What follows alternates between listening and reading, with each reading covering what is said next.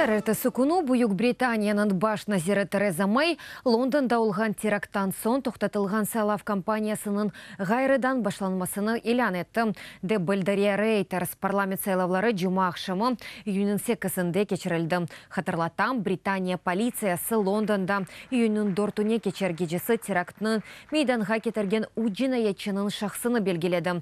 Амадларыны біраздан білдірмеділер. Беле олғаны кебі бірінде Ирландияда берілген шақы шәдәтнамесі тапылған еді.